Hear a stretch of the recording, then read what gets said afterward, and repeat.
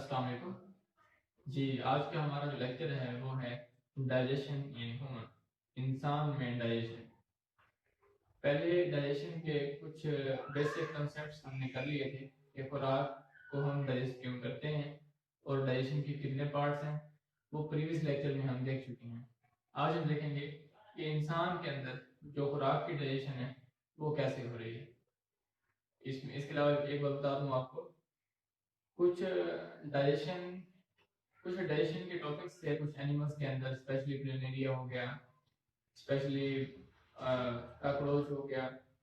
इनके अंदर डाइजेशन जो है वो भी है बड़ी फर्स्ट ईयर बायोलॉजी के अंदर, लेकिन इसको स्मार्ट सिलेबस के अकॉर्डिंग उन्होंने छुड़वाया हुआ है, तो वो हम नहीं कर रहे। स्मार्ट सिलेबस के अकॉर्डिंग हम डायरेक्टली डाइजेशन ह्यूमन से स्टार्ट करेंगे और इसको हम आगे लेके चलेंगे।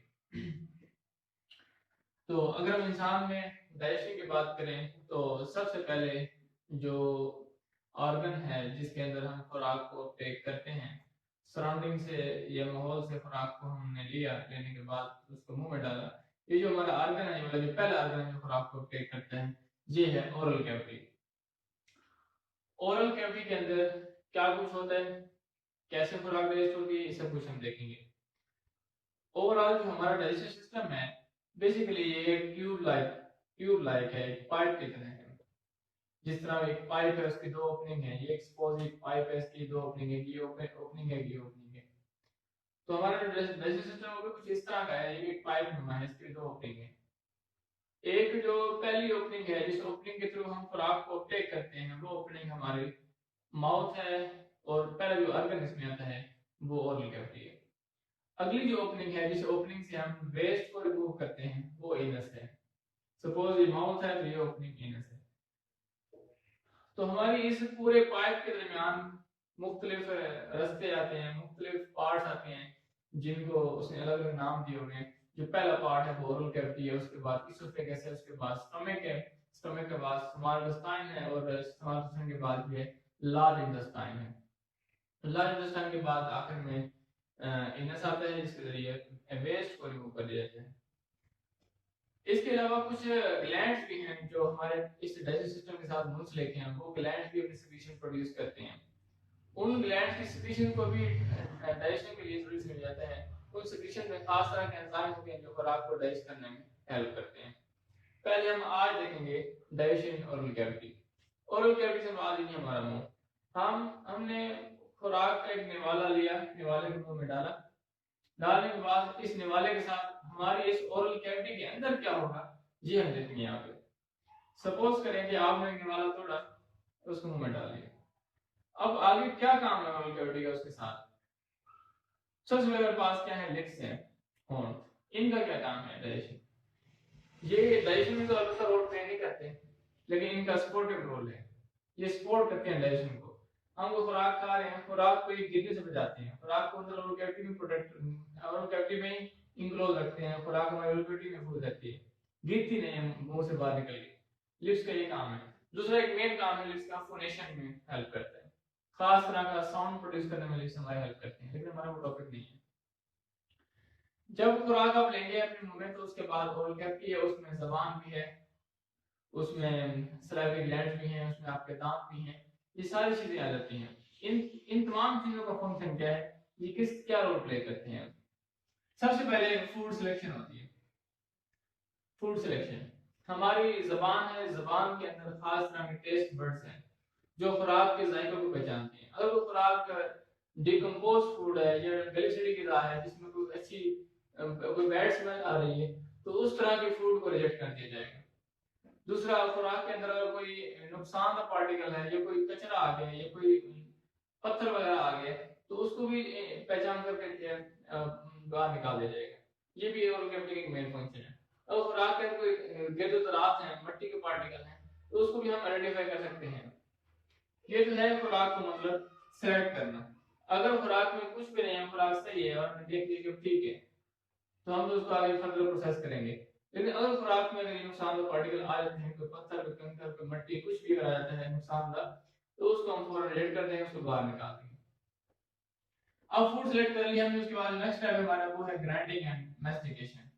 हमारे पास दांत हैं, जो मोलर दांत हैं, मोलर, प्रीमोलर, ये दांत स्पेशली खुराक को ग्राइंड करने में हेल्प करते हैं। ग्राइंड से मुराद के खुराक के बड़े निवाला लिया आपने, इसको छोटे छोटे पीसेस में आप तोड़ेंगे उस बड़े निवाले को, तो तोड़ने का अमल जो है ये ग्राइंडिंग है। तोड़ना, हम खुराक को ग्राइंड क्यों करते हैं, क्या वजह है? क्योंकि जितने भी एंजाइम रिलीज होंगे डाइजेस्टिव ग्लैंड से, उन एंजाइम ने खुराक के मॉलिक्यूल्स को तोड़ना है। अगर एंजाइम को सरफेस एरिया ज्यादा मिलेगा तो वो तोड़ पाएंगे अच्छी तरह, अगर सरफेस एरिया नहीं मिलेगा तो वो एंजाइम ज्यादा अच्छी तरह खुराक के तमाम पार्टिकल्स को नहीं तोड़ पाएंगे, तो डाइजेशन सही नहीं होगी। तो डाइजेशन परफॉर्म करने के लिए खुराक का चबाना बहुत जरूरी है, खुराक को ग्राइंड करना बहुत जरूरी है, ताकि खुराक के बड़े जो पीसेस हैं वो स्मॉल पीसेस में कन्वर्ट हो जाए, सरफेस एरिया बढ़ जाए और एंजाइम इजीली एक्ट कर सके, उनको तोड़ सके और डाइजेशन अच्छी हो। उसके अलावा है लुब्रिकेशन। खास तरह के लिक्विड भी सिक्रीट किए हैं हमारे ओरल कैविटी के अंदर, जो खुराक को लुब्रिकेट करता है, उसको हम बोलते हैं सलाइवा, सलाइवा बोलते हैं जी। अब सलाइवा कहां से कैसे सिक्रीट होता है वो ये बताएंगे। खुराक को लुब्रिकेट करना बहुत जरूरी है। खुराक को जब सलाइवा खुराक में मिक्सअप होता है तो मिक्सअप होने के बाद खुराक बिल्कुल नरम हो जाती है। वो नरम खुराक इजीली आपके जो एसोफेगस है उसके अंदर से गुजर सकती है, इजीली पास हो सकती है, डाइजेस्टिव ट्रैक्ट के जरिए इजीली जा सकती है। अगर खुराक स्लाइमी सॉफ्ट नहीं है तो फिर उसका पास होना जरा मुश्किल हो जाएगा, वो डाइजेस्टिव ट्रैक्ट में कहीं पर जाके रुक भी सकती है। अगर रुक गई तो फिर बड़ी परेशानी का बायस बनेगी आपके लिए और एक अनकंफर्टेबल कंडीशन आप फील करेंगे। ठीक है, लुब्रिकेशन के लिए मैंने कहा सलाइवा सीक्रेट होता है। सलाइवा सीक्रेट करने के लिए हमारे ओरल कैविटी में 3 तरह के ग्लैंड्स हैं जो सलाइवा सीक्रेट करते हैं। एक ग्लैंड है जी जो हमारे बिल्कुल जुबान के नीचे है, वो सबलिंगुअल ग्लैंड है। 3 तरह के सलाइवरी ग्लैंड्स हैं जो हमारी ओरल कैविटी में एग्जिस्ट करते हैं। जो एक ग्लैंड हमारे पास है वो है सबलिंगुअल ग्लैंड, जो कि हमारी जबान के नीचे एग्जिस्ट करता है। दूसरा है सबमैक्सिलरी ग्लैंड, जो कि हमारे जबड़े के नीचे एग्जिस्ट करता है। तीसरा ग्लैंड है जी पैरापेट ग्लैंड, जो कि हमारे कान के सामने मौजूद है, यहाँ पे कान होगा, कान के बिल्कुल ये मौजूद है पैरापेट ग्लैंड। ये तीनों ग्लैंड सलाइवा प्रोड्यूस करते हैं। सलाइवा एक सिक्रीशन है, एक ग्लैंड की सिक्रीशन है बेसिकली। इस सिक्रीशन में एंजाइम के साथ साथ और भी बहुत सी चीजें होती हैं। और चीजें कौन सी हैं? जो पहली चीज हमारे पास है वो है जी म्यूकस, जो बेसिकली सलाइवा के अंदर होता है। म्यूकस क्या है? एक सलाइवी सिक्रीशन है जो कि ग्लैंड प्रोड्यूस करेंगे और ये खुराक को सॉर्ट करने के लिए होता है, पहले मैं बता चुका हूं आपको। अगली चीज है बाइकार्बोनेट आयंस। बाइकार्बोनेट आयंस, ये आयंस होते हैं सलाइवा में। ये आयंस क्या करते हैं? ये आयंस जब ओरल कैविटी में रिलीज होते हैं, ये आयंस ओरल कैविटी के पूरे मीडियम को ये बेसिक कर देते हैं, बेसिक मीडियम बना देते हैं। ऑलमोस्ट जिसकी पीएच नियर टू 8 होती है, 7+ जो पीएच है वो बेसिक की निशानी है। तो ये हमारी ओरल कैविटी के पूरे मीडियम को बेसिक कर देंगे। अब बेसिक हम क्यों करते हैं? क्योंकि जो एंजाइम्स हैं सलाइवरी ग्लैंड्स के अंदर, उन एंजाइम्स को अपना काम करने के लिए बेसिक एनवायरनमेंट चाहिए होता है। बेसिक एनवायरनमेंट मिलेगा तो वो अपना काम करेंगे, अदरवाइज नहीं करेंगे। अब तीसरी चीज कौन सी है इसमें? तीसरी चीज जो हमारे पास है वो है अमाइलेज एंजाइम, या फिर इसको हम टाइलन भी बोलते हैं, टाइलन एंजाइम। ये एंजाइम होता है उस सलाइवरी ग्लैंड से जो सिक्रीशन प्रोड्यूस हुई, उसमें 3 चीजें होंगी, mucus, bicarbonate ions, amylase. Amylase क्या करता है? अमाइलेज आपकी खुराक के अंदर जितना भी स्टार्च है, अगर आपने प्लांट की चीज को खाई है जिसमें स्टार्च होगा डेफिनेटली, अगर आपने एनिमल्स की बॉडी के कोई पार्ट खाया लाइक मीट वगैरह तो उसमें ग्लाइकोजन होगा। तो ये स्टार्च और ग्लाइकोजन को कन्वर्ट कर देता है ये एंजाइम माल्टोज के अंदर, माल्टोज में ये कन्वर्ट कर देते हैं। ये डाइजेस्ट कर देगा बड़े बड़े मॉलिक्यूल्स को, जिनमें हजारों ग्लूकोज के मॉलिक्यूल्स हैं, उनको ये तोड़ देगा 2 ग्लूकोज के मॉलिक्यूल जो ओलिगोसैकेराइड है, इसको हम डाइसैकेराइड भी बोलते हैं, जिसे हम माल्टोज का, माल्टोज में सिर्फ 2 ग्लूकोज के मॉलिक्यूल होंगे। ये तो हो गया इसका फंक्शन। अब जो हमारी जबान है, इस जबान का फंक्शन एक तो ये था कि ये खुराक को टेस्ट कर रही थी कि खुराक का जायका किस तरह है, खुराक फूड सिलेक्शन में इसका मेन रोल था ज़बान का। इस ज़बान के फूड सिलेक्शन के अलावा और क्या रोल हो सकता है हमारे मुंह के अंदर, और हम देखेंगे। और एक रोल तो ये है कि जब खुराक मुकम्मल ग्राइंड हो गई, सलाइवा इसमें मिक्सअप हो गया, खुराक के स्मॉल पीसेस बन गए, सपोज कि वो स्मॉल पीसेस इस तरह बने पड़े हैं, इस तरफ अगर वो स्मॉल पीसेस बने पड़े हैं खुराक के ओरल कैविटी के अंदर, तो जबान क्या करती है, जबान रोल अप होके इन स्मॉल पीसेस को फिर इकट्ठा करती है एक ही जगह पर, इकट्ठा करके ना एक टुकड़ा बनाएगी खुराक का गोल सा। इस टुकड़े को हम कहते हैं बोलस, इस टुकड़े को हम बोलते हैं बोलस। तो जबान ये बोलस बनाती है इन टुकड़ों को इकट्ठा करके, और ये बोलस जब बन जाता है, इस बोलस को जबान आप पीछे गले के रीजन जिसको हम फेरिंक्स बोलते हैं, जबान इस बोलस को फिर फेरिंक्स में धकेलती है ताकि उसको हम फर्दर आगे स्टमक में भेज सकें। तो जैसे ही जबान ऊपर उठती है और फिर उस बोलस को पीछे की तरफ धकेलती है, तो उस वक्त जो है, उस वक्त ये सॉफ्ट पैलेट है, यहाँ पे सॉफ्ट पैलेट ये वाला, ये सॉफ्ट पैलेट ऊपर उठता है, उठने के बाद नेजल कैविटी को बंद कर देते हैं ताकि वो खुराक आप इनहेल कर रहे हैं वो खुराक के नेजल कैविटी में चली जाए, नाक में ना आ जाए। तो ये सॉफ्ट पैलेट ये वाला ऊपर उठ के इधर नेजल कैविटी को बंद कर देगा। उसी दौरान यहाँ पे आप देख रहे हैं एक और चीज जिसका नाम एपिग्लॉटिस है, एक पर्दा है बारीक कार्टिलेज का बना हुआ, एक फ्लैप है। ये फ्लैप इधर जो ओपनिंग है ट्रिके की ओपनिंग है, ट्रिके बेसिकली आप जानते हैं कि एक सांस की नाली है, सपोज ये इसकी ओपनिंग है, ट्रिके की ओपनिंग को हम बोलते हैं ग्लॉटिस। ग्लॉटिस के ऊपर जो एक पर्दा खड़ा है एपिग्लॉटिस, तो जैसे जबान ऊपर उठेगी और आपको धकेलेगी इधर फेरिंक्स में आएगी, ये फेरिंक्स रीजन है, ये बेसिकली फेरिंक्स रीजन है। जैसे जबान ऊपर उठेगी इधर सॉफ्ट पैलेट ऊपर उठेगा, नेजल कैविटी को बंद कर देगा, ये रास्ता बंद हो गया। उसके बाद ये कॉमन रीजन है ये वाला जिसको हम फेरिंक्स बोलेंगे। जैसे खुराक फेरिंक्स में आएगी तो खुराक के आने से जो आपका एपिग्लॉटिस है ये ग्लॉटिस को बंद कर देगा, यानी सांस की नाली के सुराख को बंद कर देगा ताकि खुराक सांस की नाली में चली जाए। तो सांस की नाली में खुराक को जाने से बचाने के लिए हमारे पास एपिग्लॉटिस है जो कि इस की ओपनिंग को, इसके सुराख को बंद कर देगा, तो खुराक हमारी सांस नाली में जाएगी। ये एग्जैक्ट पाथवे है, ये वाला एक पूरी नाली है जो आपके स्टमक तक पहुंच रही है, इस नाली को हम बोलते हैं एसोफेगस। अब फर्दर आगे खुराक यहाँ तक आ चुकी है, एसोफेगस में आगे कैसे जाएगी वो हम देखते हैं। अब आगे जो फंक्शन है खुराक के जाने का वो है ये एसोफेगस के अंदर, उसको हम बोलते हैं पेरिस्टालसिस। पेरिस्टालसिस एक प्रोसेस है जिसके तहत खुराक जो है वो आगे ट्रेवल करेगी, आगे जाएगी। इसको हम देख लेते हैं अभी।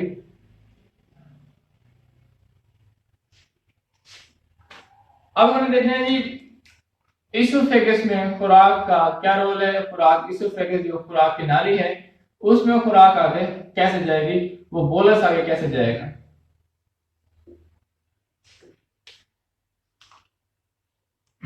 अमूमन जो है ये इसोफेगस इस तरह वेव फॉर्म में अल्टरनेट कॉन्ट्रैक्ट रिलैक्स करती है, इसकी कॉन्ट्रैक्शन रिलैक्सेशन से जो है खुराक आगे मूव करती है इस तरह।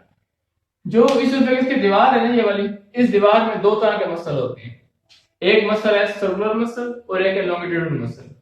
सपोज करें कि ये इसोफेगस है, ये इसोफेगस है, एक नाली है, इसकी ये बाउंड्री है आउटर बाहर वाली, इसमें दो तरह के मसल हैं, मैंने कहा सर्कुलर है और लॉन्गिट्यूडनल है। जो सर्कुलर मसल है वो इस तरह पड़े होंगे, इसकी दीवार में इस तरह पड़े होंगे रिंग फॉर्म में ऐसे, और जो लॉन्गिट्यूडनल मसल है वो इस तरह पड़े होंगे ऊपर से नीचे ऐसे। तो उन मसल्स की अल्टरनेट कॉन्ट्रैक्शन रिलैक्सेशन से जो ये नाली है ये वाली खुराक की एसोफेगस, ये कॉन्ट्रैक्ट रिलैक्स करती है। जहां पर खुराक पहुंचती है, सपोज कि वो फूड आपकी यहाँ पे हुई है इस हिस्से में, ये इस हिस्से में आएगी बोलस, जहां पर खुराक पहुंचेगी उनकी कॉन्ट्रैक्शन से ये जो नाली है खुल जाएगी। जब इसको खोलना है तो कौन से मसल कॉन्ट्रैक्ट करेंगे, उस वक्त लॉन्गिट्यूडनल मसल कॉन्ट्रैक्ट करेंगे, कॉन्ट्रैक्शन से इसको खोल देंगे। अब खुराक सपोज यहाँ आ चुकी है, इधर भी खुराक पड़ी है और ये हिसाब देख लेंगे, ये कॉन्ट्रैक्ट फॉर्म में टुकड़ा हुआ, इसका जगह बहुत कम है अंदर, अब इसको कॉन्ट्रैक्ट करने के लिए, इसका जगह कम करने के लिए कौन सा मसल यहाँ से बढ़ते हैं? मसल आपका सर्कुलर मसल जो होगा यहाँ पे वो सिकुड़ता है। डेफिनेटली जो मसल इस तरह पड़ा है, इस तरह अगर वो कॉन्ट्रैक्ट करता है तो नाली तंग हो जाएगी, और जो मसल आपका इस तरह पड़ा है अगर वो कॉन्ट्रैक्ट करता है तो नाली आपकी लंबाई में कम हो जाएगी, मोटाई में बढ़ जाएगी, तो वो हिस्सा आपका जरा फैल जाएगा, डायलेट हो जाएगा। तो इस तरह एसोफेगस के अंदर जो है अल्टरनेट फॉर्म में कॉन्ट्रैक्शन रिलैक्सेशन होती है, जिसकी वजह से फूड जो है वो आपके फेरिंग से इधर स्टमक तक पहुंचती है। ठीक है, खुराक आपकी मूव करती हुई फेरिंग से स्टोमक तक आ गई। अब इसके साथ आगे स्टमक के अंदर क्या कुछ होना है ये हम देखते हैं। स्टमक में इस फूड के साथ क्या होगा ये हम देखते हैं।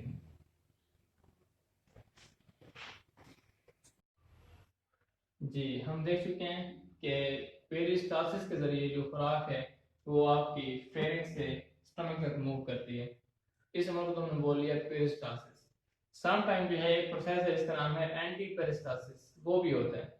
उसमें क्या होता है कि जो एक गैस्ट्रिक ट्रैक की जो मूवमेंट है वो रिवर्स हो जाती है, उलट हो जाती है। पहले तो पेरिस्टालसिस मूवमेंट थी कि खुराक ऊपर से नीचे आ रही है, मूवमेंट चलती है, इसी तरह खुराक आगे जगह के लेके जाती है। लेकिन कभी कभार जो है ये गैस्ट्रिक डिस्टर्बेंस की वजह से जो फूड है, ये जो मूवमेंट है गैस्ट्रिक ट्रैक की, वो मूवमेंट रिवर्स हो जाती है, यानी खुराक जो है वो स्मॉल इंटेस्टाइन से स्टमक में, स्टमक से ऑनवर्ड एसोफेगस में मूव करना शुरू कर देती है। जिस तरह लोगों को वोमिटिंग होती है यानी उल्टी आती है, क्या किसी कैफिस होती है, तो उस केस में जो है ये खुराक जो है जो इसकी मूवमेंट है जीआई ट्रैक की, वो मूवमेंट रिवर्स हो जाती है। मूवमेंट रिवर्स होने के प्रोसेस को हम बोलते हैं एंटी पेरिस्टालसिस। उसके बाद एक प्रोसेस है इसका नाम है हंगर पैन।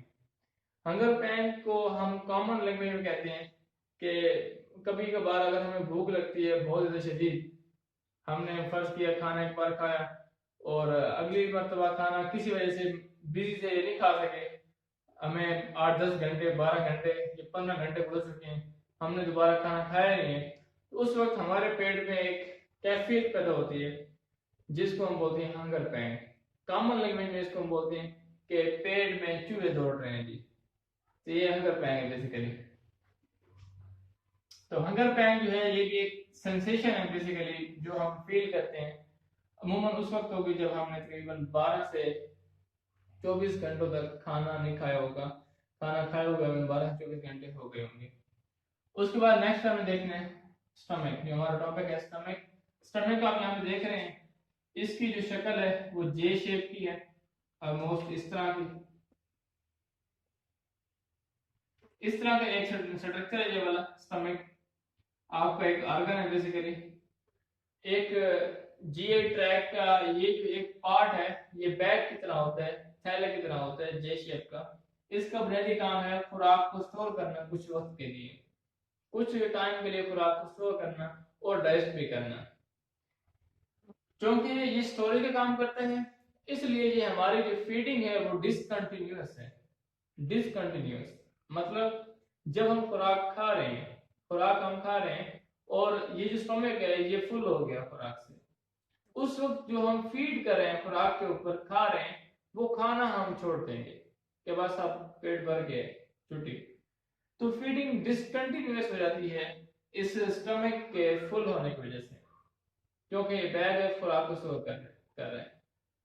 मे बी अगर ये ना होता और हमारे अंदर को डाइजेशन का सिस्टम भी सही ना होता तो मे बी उस वक्त हम खुराक को इधर मुंह से ले रहे होते और इधर से फौरन निकाल रहे होते, कोई सिस्टम भी चल सकता था, लेकिन कुदरत ने हमें वो सिस्टम अता नहीं किया, हमें ये सिस्टम अता किया। इस सिस्टम का एक फायदा भी है, वो फायदा तो यही है कि खुराक स्टोर होगी, यहाँ डाइजेस्ट होगी, और जो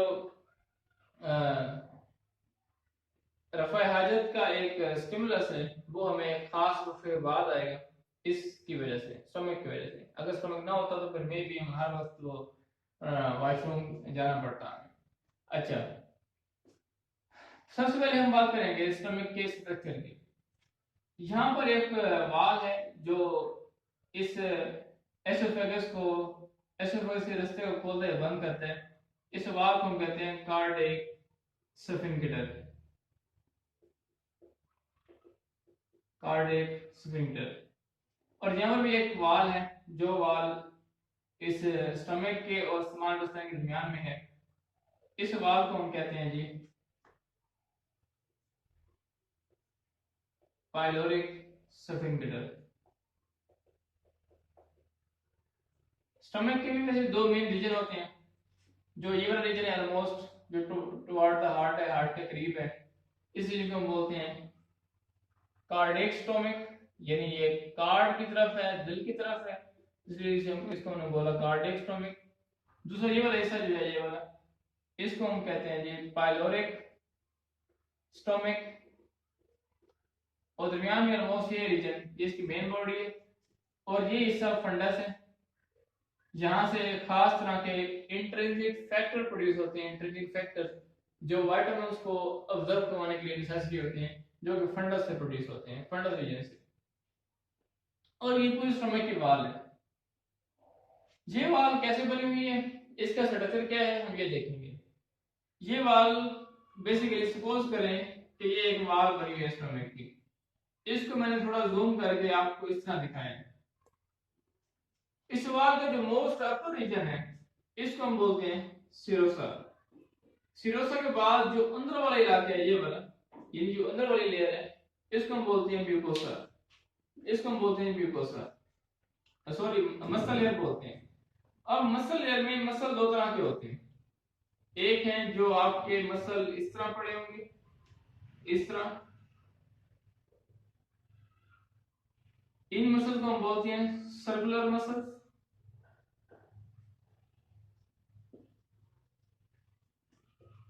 और दूसरे मसल इसमें होंगे जो मसल आपके इस तरह पड़े होंगे, लंबाई के रुख इस तरह, इन मसल को हम बोलते हैं लॉन्गिट्यूडिनल मसल्स। तो सर्कुलर मसल्स और लॉन्गिट्यूडिनल मसल्स मस्कुलर लेयर में पड़े हैं, जो कि सिरोसा लेयर के अंदर है। Serosa layer itself connective tissue की बनी होती है।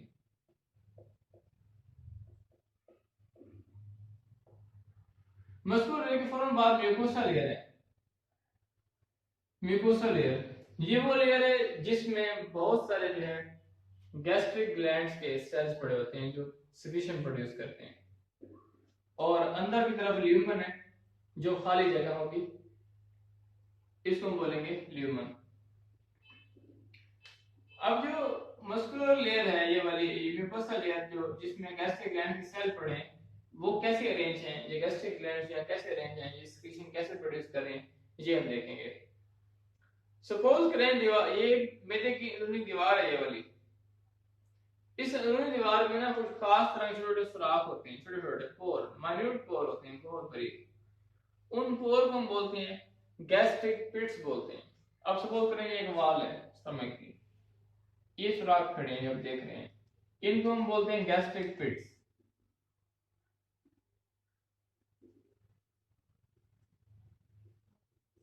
गैस्ट्रिक पिट सुराख है, सुराखों के अंदर सारे वो सेल पड़े हैं जिन्होंने गैस्ट्रिक सिक्रीशन प्रोड्यूस करनी है। ये सेल्स की लेयर्स हैं सारी, ये सारे सेल्स हैं जो पड़े हैं। सेल्स अमूमन तीन तरह के होते हैं। तीन तरह के सेल हैं जो इस वाल के अंदर पड़े हैं, म्यूकोसा वाल के अंदर। जो अपर लेयर है, जो पिट्स के करीब है, इनको हम बोलते हैं म्यूकस सेल्स। ये म्यूकस सिक्रीट करते हैं, म्यूकस सिक्रीटिंग सेल्स होते हैं जो पिट्स के करीब पड़े हैं।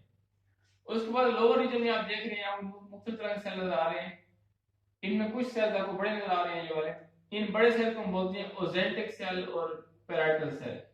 इनका आगे फंक्शन क्या होगा मैं बताऊंगा आपको। उसके अलावा इन सेल्स के साथ साथ जो और सेल पड़े हैं, ये वाले, इनको हम बोलते हैं जाइमोजिन सेल्स। यहाँ पर भी मैंने दिखाया होगा, आप देखें, ये बड़े सेल रेड में है, ये ओजेंटिक सेल्स हैं। और ये छोटे सेल्स जो पड़े हैं ब्लैक फॉर्म में, ये आपके जाइमोजिन सेल्स हैं। इसके ऊपर जो है वो सारे म्यूकस सेल्स होंगे और वो किसी पिट में जाके ओपन होंगे।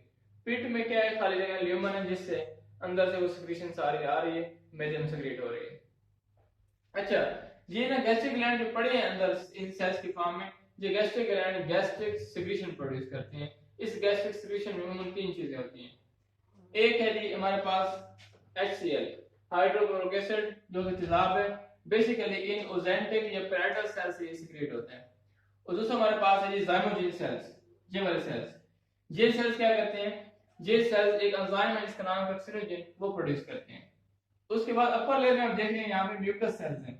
ये सेल्स एक खास तरह का म्यूकस प्रोड्यूस करते हैं। म्यूकस बेसिकली एक पानी की तरह का मटेरियल है जो कि विस्कस टाइप का है, जो कि मैदे की इनर लेयर को ये कवर करेगा। अब वो जो आ चुका है गैस्ट्रिक सिक्रीशन स्टमक के अंदर, उसमें मैंने कहा 3 चीजें हैं। तो इनका फंक्शन क्या होगा स्टमक में आके फूड के साथ ये क्या करेंगे, इसके फंक्शन को हम डिस्कस करते हैं वन बाय वन। तो जो HCl है इसका बुनियादी काम होता है स्टमक के अंदर जो माइक्रोब्स आए हैं खुराक के साथ उनको मारना, माइक्रोब्स को किल करना। HCl जो है ये माइक्रोब्स को किल करते हैं, to kill microbes.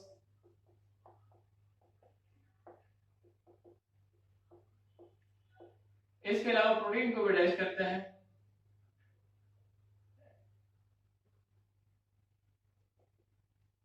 Sorry, protein को डाइजेस्ट नहीं करता बल्कि ये एसिडिक मीडियम प्रोवाइड करता है, एसिडिक मीडियम बनाता है स्टमक का। अब एसिडिक मीडियम का क्या फंक्शन होता है, एसिडिक मीडियम जो है, एसिडिक मीडियम पेप्सिनोजेन के लिए बहुत जरूरी होता है। पेप्सिनोजेन जो एंजाइम है वो इस HCl की वजह से कन्वर्ट होता है पेप्सिन के अंदर, यानी HCl ही कन्वर्ट कर रहा है पेप्सिनोजेन को पेप्सिन में। यहां से आप देख रहे हैं पेप्सिनोजेन सेक्रीट हो रहा है, इन एरियाज से पेप्सिनोजेन सेक्रीट होगा। जैसे ऊपर आएगा, ऊपर से क्या चीज है, HCl भी साथ आ रहा है, पेप्सिनोजेन भी आ रहा है, वो HCl इस पेप्सिनोजेन को कन्वर्ट कर देगा पेप्सिन के अंदर। अब पेप्सिन जो है ये एक स्टोमक कैविटी के अंदर आता है, पेप्सिन ये स्टोमक कैविटी के अंदर आता है, वहां आके ये फंक्शनल होता है पेप्सिन। लेकिन जो पेप्सिनोजेन है ये बेसिकली नॉन फंक्शनल होता है, ये अपना काम नहीं कर सकता। इसको अपना काम करने के लिए कन्वर्ट होना पड़ता है पेप्सिन के अंदर। कन्वर्ट कौन करता है, HCl करते हैं। इसके अलावा जो म्यूकस है, म्यूकस मैंने कहा जैसे सिक्रीट होगा, म्यूकस स्टोमक की जो इनर लेयर है, इनर वॉल है, इसको इस तरह कवर कर लेगा, ढांप लेगा। ढांपना क्यों जरूरी है, ढांपना बहुत जरूरी है क्योंकि HCl जो है उसने कन्वर्ट कर दिया पेप्सिन को पेप्सिन में। पेप्सिन एक पावरफुल प्रोटीन डाइजेस्टिंग एंजाइम है, ये प्रोटीन को डाइजेस्ट करता है जो खुराक से प्रोटीन पड़ी होगी, टू डाइजेस्ट प्रोटीन, प्रोटीन को ये डाइजेस्ट करता है, प्रोटीन को ये हजम करता है। खुराक में प्रोटीन होगी उसको हजम करेगा। लेकिन मैदे की दीवारें इटसेल्फ प्रोटीन की बनी हुई हैं, मैदे की दीवारें खुद ही प्रोटीन की बनी हुई हैं। तो पेप्सिन जो है मैदे की दीवारों को खा सकता है, मैदे की दीवारों को हजम कर सकता है। तो इससे बचाने के लिए कुदरत ने क्या किया हमारे लिए, म्यूकस सेल्स बनाए हैं। ये सेल्स जो म्यूकस क्रिएट करेंगे वो बाहर आएंगे मैदे में, वो मैदे की जो इनर लेयर है ये वॉल, इसको कवर कर देगा म्यूकस, ताकि पेप्सिन जो है मैदे की दीवार को न खा सके। तो ये है all about the function of the gastric juice, जिसमें 3 चीजें थी, एक म्यूकस, एक पेप्सिन और एक HCl, ये हमने देखा।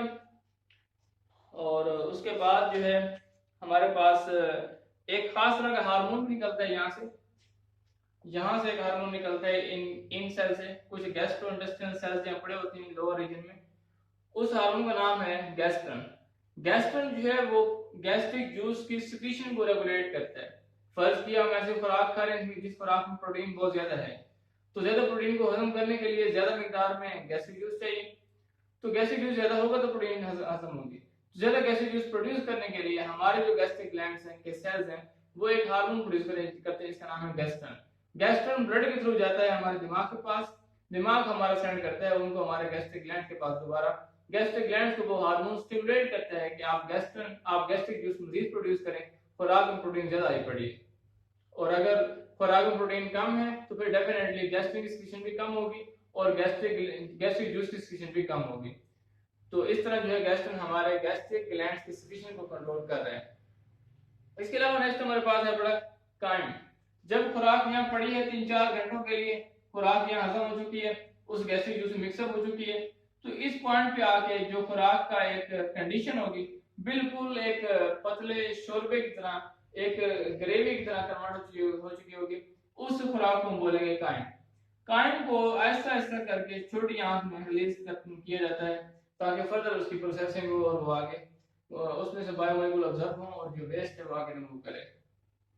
इसके अलावा हार्ट बर्न पायरोसिस भी सम टाइम हमें हो जाती है। अगर हम बार बार जो है ऐसी मसालादार अशिया खाते रहें या ओवर ईटिंग करते रहें या अपने फूड के अंदर अबनॉर्मलिटी प्रोड्यूस करते रहें तो उस दौरान हमें हार्ट बर्न हो सकती है। हार्ट बर्न से मुराद सीने की जलन, जिसमें सीने पर हमें जलन के एहसास होता है, खुराक भी सही तरह की डाइजेस्ट नहीं होती।